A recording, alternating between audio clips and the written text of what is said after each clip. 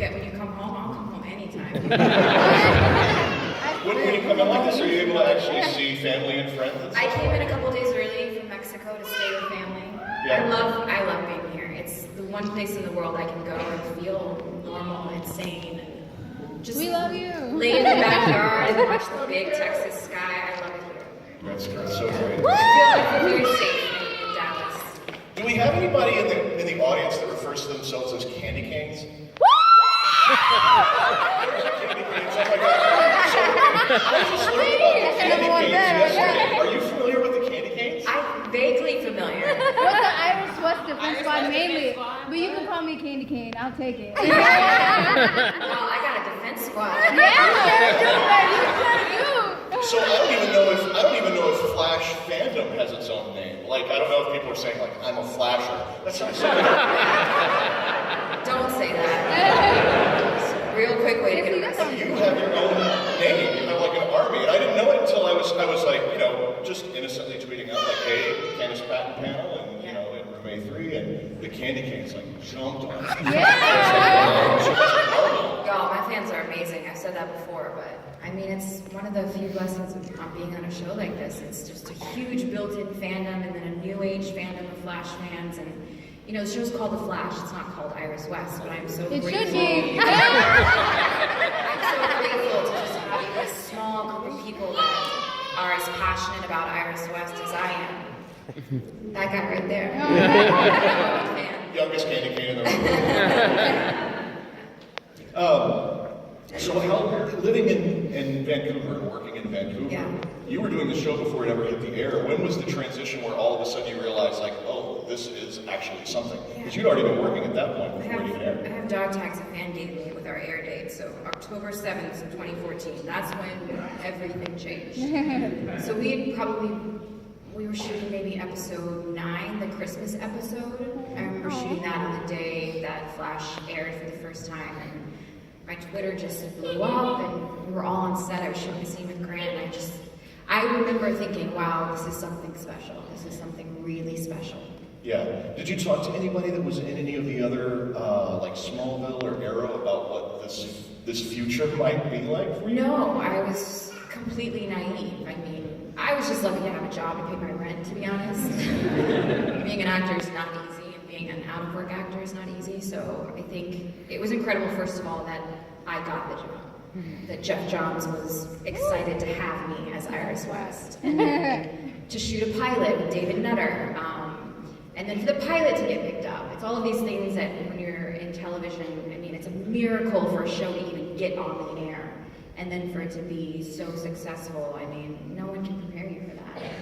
What was it like walking out of the audition initially? I mean, as an actor, sometimes there's those moments where you're like, oh, I nailed that. There's other times where you're like, that went terrible. What was the feeling leaving the room for your audition? Awful. I mean, my first audition, I completely bombed. I couldn't remember my lines. It was really embarrassing. I got through it, but I called my agent afterwards, and I was like, it's not going to go any further, I don't think. And I didn't hear anything for a while. A couple months went by, Christmas came and went. And I was like, I'm pretty sure I didn't get that role. And then sure enough, in January 2014, they called me back and they said, we want you to chemistry read with Grant Gustin. And the rest is history. I think within 2 days, I was Iris West. And you felt good about that, or you tickled her? There's something really magical about Grant Gustin, and I think that really helped my audition, just being able to look him in the eyes and have a moment with him. And there was something innately about him, I just wanted to tickle him. And I don't know what girl doesn't want to tickle Grant Gustin, but... Are there any Grant Gustin fans? That's one of the things that I think a lot of people respond to the show is based on its ensemble. Like, it's not just the Flash and he's the hero, and it's everybody, I think, connects to individual characters. Like, I found, for me, the turning point for me was the character Joe. Like, I thought that Jesse gave such there were interesting moments and line readings that weren't typical TV cop. That really went, oh, there's something different about this cast. Like, there's something special about this, and I think that's only played out over time. How quick was it that you guys started to gel? Immensely. Like, it was so quick. our immediate reaction and relationship with each other. I think also shooting in a foreign country, foreign to us, and being in Vancouver for 9 months out of the year, we were all we really had as friends. I mean, my relationship with Jesse, just for an example, I mean, that's a relationship I will have for the rest of my life. He's someone I talk to after I leave work. He's someone I talk to on hiatus. He's such a great friend, and I think it makes it that much easier to show up to work and have a father-daughter relationship on screen. We all have such a respect for each other. Yeah.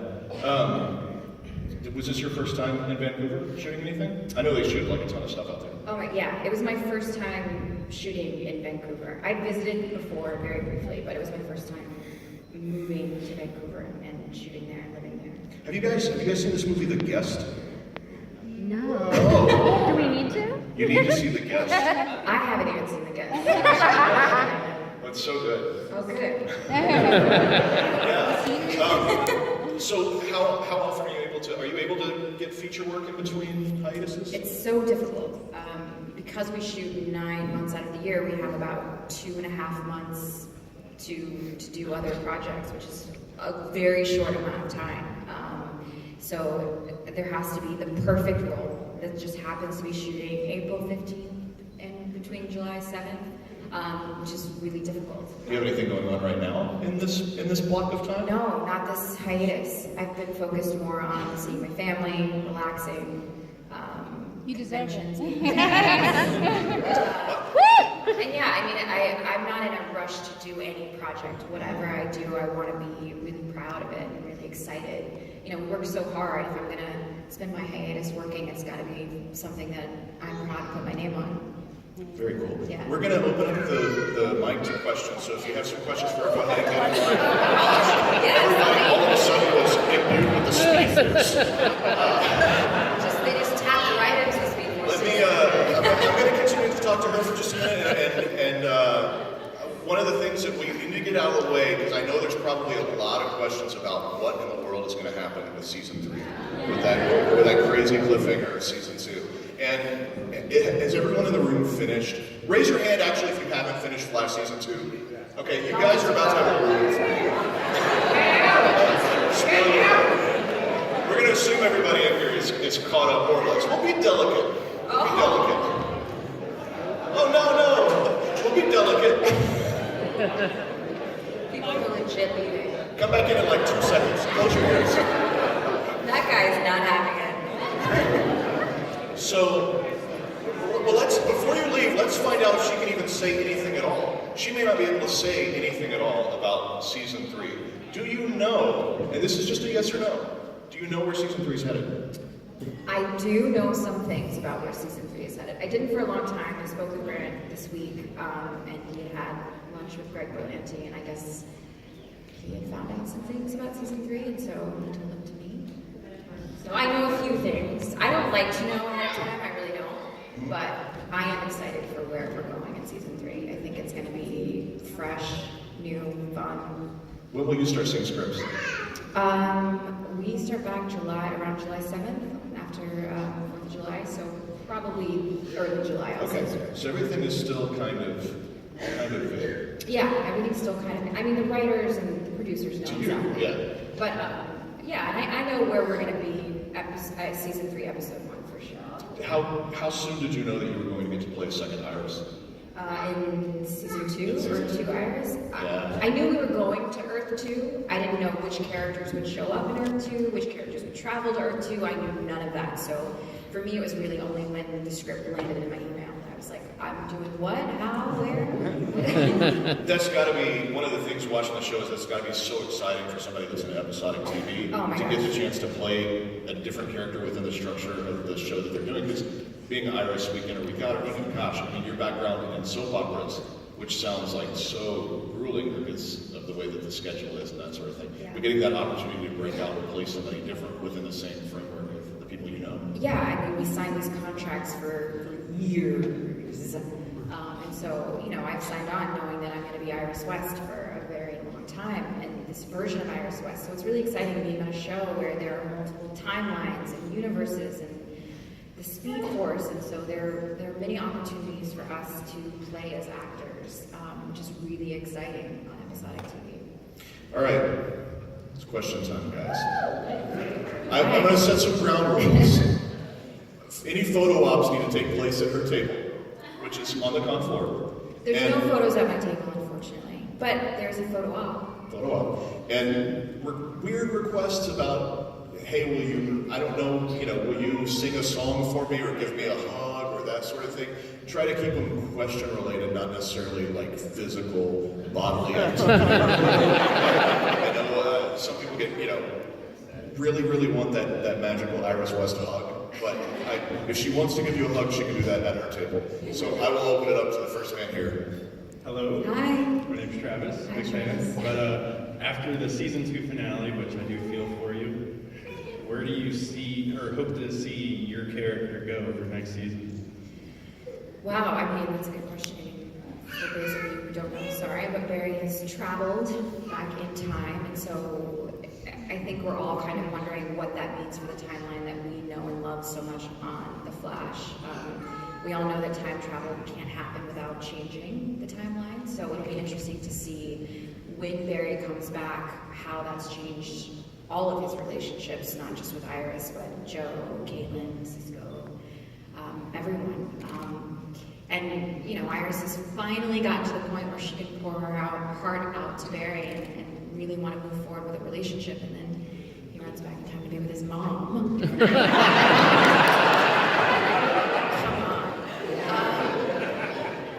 But, I think what we've established on the show is that Iris and Barry have a relationship that continually stands the test of time and crosses universes and timelines, and so I think no matter where we find them, we'll find them in a way that they have a close bond and relationship. Thank you. West Island forever. Hello. Hi. Playing a character who's been in comics for many years, did you do any prep work? Have you read any comics with Iris West in them? Yeah, I immediately, when I booked this job, I went to my local comic book store to ask for comics with Iris, just only to find out she's in a lot of it. She's apparently really important in the comics, which was exciting. It was nice. It was amazing to know that the character that I'd been playing was so iconic and so important, and that for a large, group of people now, she will be known as a Black actress. Which is really, really cool. So yeah, I definitely read comics and caught up. I know she goes to the Speed Force at some point. I want to do that, hopefully. So yeah. Good morning, afternoon, whatever time it is right now. My name is Daryl. It's nice to meet you. Thank you. My quick question for you is that you had mentioned meeting a lot of these actors. You mentioned Jesse as being kind of a role model. What's one person you've really bonded with the most? And if you need to give code names, you don't hurt anyone else's feelings, that's fine. But just really like someone that brought gravitas to your acting that you were able to kind of bring and, kind of learn from, but at the same time really bonded with. Well, Grant and Jesse I work with the most, so those are definitely working relationships that, have grown significantly over the last 2 seasons. Jesse has such a track record. I mean, he's incredible. His stint on Broadway, his television career, working with him has made me a better actress, and every opportunity I get to share with Jesse, I'm constantly learning. It's just easy. It's really easy doing scenes with Jesse. We sit down like this, like you and I, and we have the conversation. And we don't really work that hard at it. We just let it go wherever it's going to go. Those are my best days on set. And I have a similar relationship with Grant. Grant is so talented for such a young kid. He's the lead of our show. He's so young, and yet he does it with such a confidence and a bravado that is necessary. And working with him too, those scenes are just easy. The last scene in the finale, Grant and I shot where we... that was the last scene of the day, and it was pretty late. We had a curfew because we were on location, so we had to get out by a certain time. There was time was ticking, and we didn't even have time to rehearse that scene. We just went straight to picture, and that's what you were watching on TV. We didn't go through any of that. We didn't work on it. We just sat down and did it.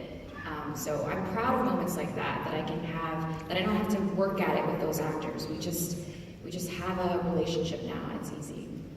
Thank you very much. Thank you. It really comes across, I think, the affection. Like, it's in everyone's eyes, you know? It's again, going back to that idea of the ensemble, but it's like, everybody, when they interact with each other, whether it's, you know, it's Joe and Cisco interacting, or it's you and Barry, it's like, you can see it in the characters' eyes. Everyone reflects that through their acting, that they have such deep affection for each other. And I don't know if that's coming from real life onto the screen, and that's what we're seeing, but it colors that show differently than I think any other superhero show. Yeah, I think at the end of the day, we have such respect for each other, and what we're doing, we're creating basically a movie every week, and that's a lot of hard work, and so there has to be a level of respect between actors. And we encourage each other. You know, doing Earth 2 Iris, I was terrified. I got that script, you know, a couple days before we started shooting. I wasn't prepared for that. And there were moments when we were shooting, I was like, I don't know if I'm going in the right direction.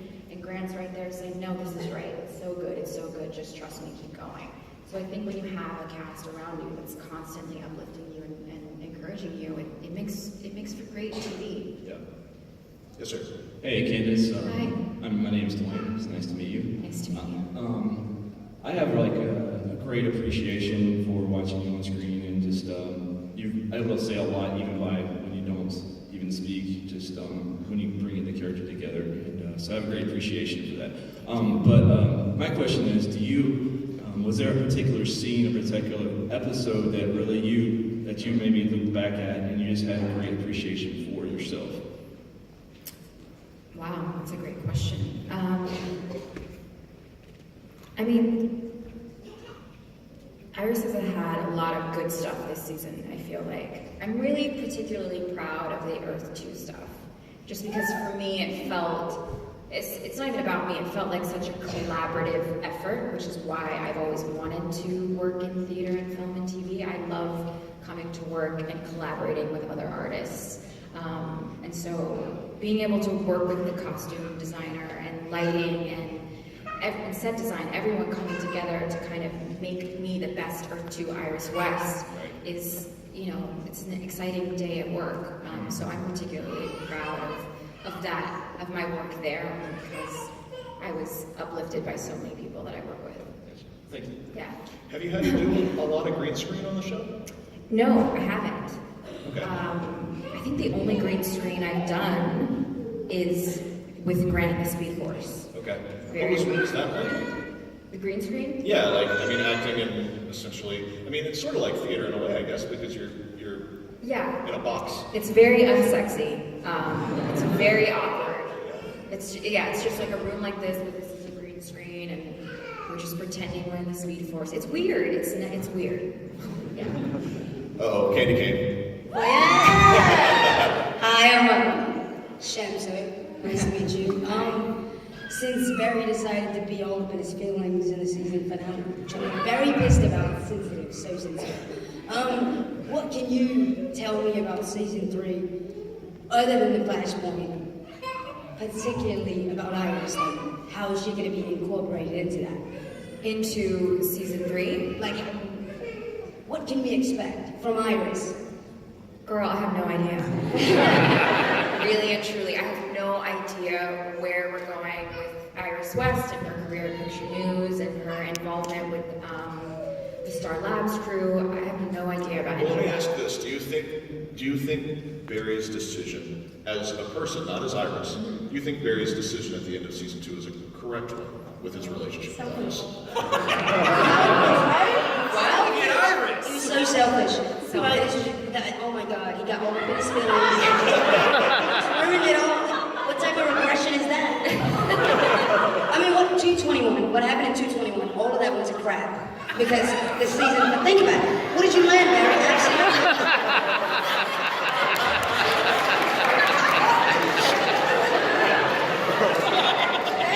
She speaks for many fans. I think, you know, I have to defend Barry Allen. He just watched his father being murdered by Zoom. Like, Zoom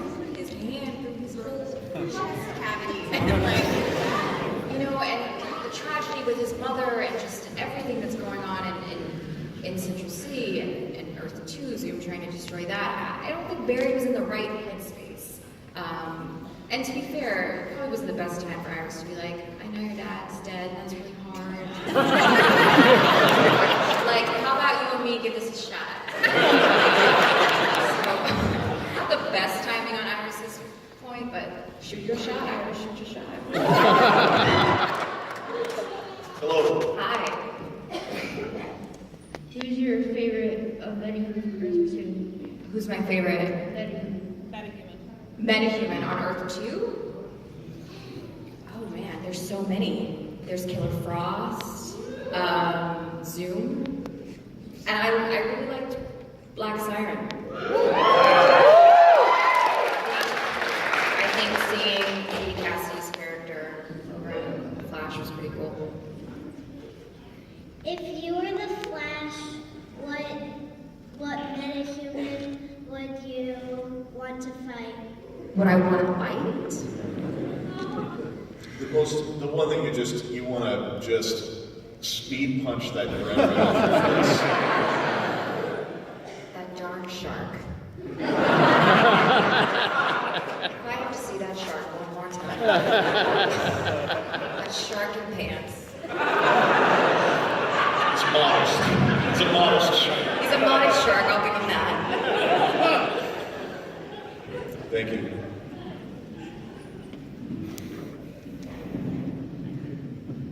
Hello. Hello. Hi. Hi, Candice. So the first time that I saw your face might have been unique, but it was in the hallway behind the John Anthony Theater at Quad C. At where? The Collin College in Plano. Yeah. And they have your face on a poster. And so as someone who is walking the same halls that you did, I was wondering how you got from Collin to where you are now. Well, I hate to burst the bubble, and this is a common misconception, I never went to Collin County.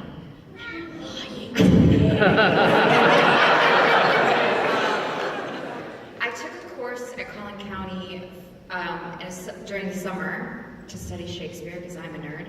That's how I spent my summers. Would it be with Joanne Sapay? I don't remember. Yeah, it was. I took a summer course to study Shakespeare and then do a play subsequently after that called Titus Andronicus. So it was kind of a way to spend my summer like a dork in high school. But they put a picture up? Yeah, there's a picture. No, I went to SMU in Dallas. That's where I got my BFA. So, but I love Quad C, yeah. If they want to put my picture up, do it. But to answer your question, how I got from, I guess, here in Dallas to on the Flash, you know, I went to high school, I was in theater, did every play I could there. I graduated and knew I wanted to get my BFA in theater, went to SMU, and immediately after that, I think within 2 weeks, I flew to LA and stupidly decided to be an actor in Hollywood. And, you know, I just guest starred for a couple of years. I heard no a lot. I did commercials. I was out of work for a long time. And it's not an easy business. And there was a lot of times I thought about quitting and coming back home. I wish I could say that there was an easy route that I took, but I just got on a plane, I landed in LA, and I did whatever I could to get here. Not whatever I could, I was let's just retract that. I worked really hard, and yeah. Oh. Hi, my name's Tristan. Hi. I was wondering if Barry, before he traveled back in time and basically just messed everything up because he wanted to, before he did all that and he talked to you, like he told you what he was doing, what do you think Iris would say, like the advice you would give him? And how do you think her relationship with him will change after that? Oh, that's very interesting. If he would have just told her outright, like, hey, this is what I'm going to do, so bye. Yeah, that's a great question. And it's interesting because they have a relationship in which, you know, she's really supportive and loyal to Barry, and I think had he had told her, she would have said exactly what she said to him on, you know, the patio of their house, which is that, you know, whatever you need to do, wherever you need to go, do it. I'll be here when you get back. I think she would have said the exact same thing. As long as she knew he was coming back. He's also in a place now where he can prevent that Eddie stuff from ever happening in the first place.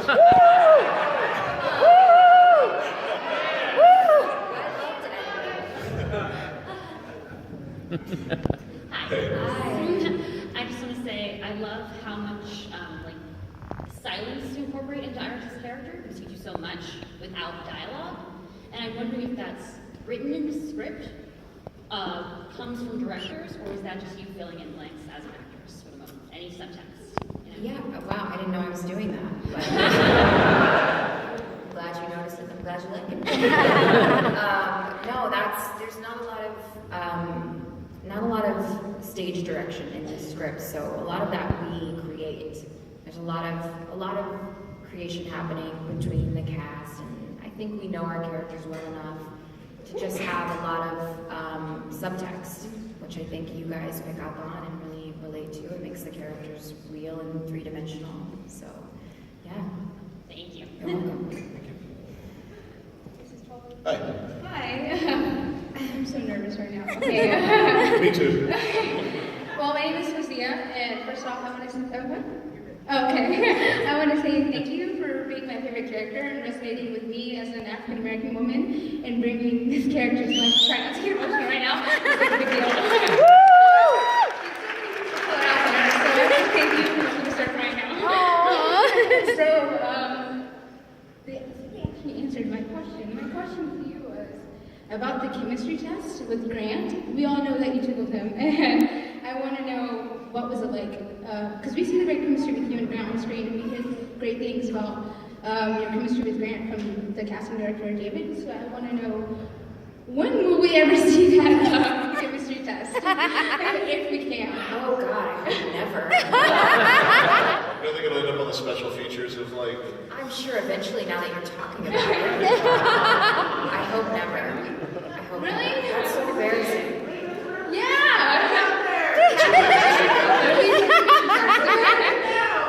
I don't know if you guys have ever seen, but on the Superman, the movie, like the 70s Superman movie, you know, I've had friends before that go like, I don't know why Margot Kidder played Lois Lane, like there were so many other sort of like glamorous stars in the 70s at that time. But if you watch the special features, they have chemistry tests for Christopher Reeve and the different actresses, and they bring like Jane Seymour in and some other people. But when him and Margot Kidder are together, you feel it, and it's like electric. So for fans, like that's something that, you know, as an actress, I'm sure you're just like, oh God, don't let people see my audition. But for fans, it can really bring to light like some of the behind the scenes stuff. You know, and let you see like, wow, there's the moment where they went, yes, sir. Yeah, I think maybe with distance and years, I can. I hate watching myself. I don't even watch myself on the show. I have to. It's pretty painful. But yeah, why not? Thank you. Hello, my name is Javon, and I was wondering, how did you feel being a police in Earth 2? How did I feel? What did you say? How did you feel being a police in Earth 2? I felt great. I want them pants. I want those pants. It was great. I feel like Iris in Earth 2 was about a lot of problem solving for that episode. She had guns. She was dope. She was the Joe West of Earth 2, right? Yes, so it was cool to see her be so tough. And what I loved about her, the juxtaposition of that, I really wanted her to be really tough and really passionate about what she believed in, but at the same time, she had a soft, tender place in her heart for Barry Allen, who was such a skittish little nerd.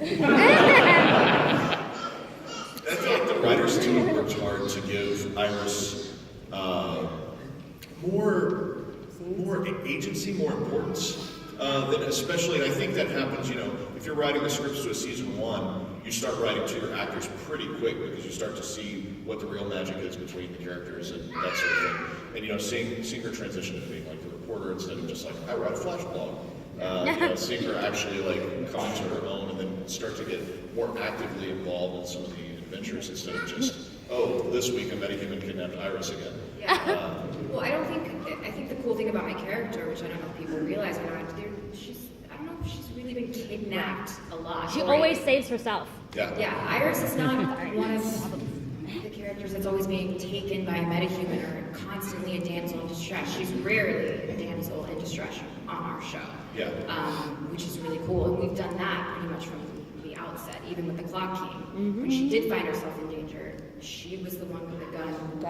Yep. You know, got herself in that situation. Yeah, and I think they've only made that more evident in her actions and her interactions with the Star Labs crew and with Flash. And again, even with Girder, she, you know, the Flash did come to save her, but she got a good punch in. Which is really great. It's great to see women on TV have agency. I think, you know, it's a tricky thing that we're dealing with, you know, superhero genre. You kind of have this damsel in distress with the Lois Lanes and the Iris West. I don't think that plays as well on TV in 2016. Women and men are not as excited to see that. So it's a fine line of staying true to that kind of genre, but also, you know, delivering something that 2016 audience is going to appreciate and understand. Totally agree. And I think in some ways, I think TV feels oddly like way more progressive than film in some of these things, especially as it relates to comic book stuff. I think that there's TV is more willing, I think, to embrace that stuff than, for whatever reason, you know, the marketing machine of feature films seems to be behind TV like that much in that regard. I mean, the cool thing about comics are insane. I mean, we have a shark walking around in pants. We could do anything we want to do. We could have an African American play Iris West. I mean, comics are the place where we can create anything we want to create and put that out on TV.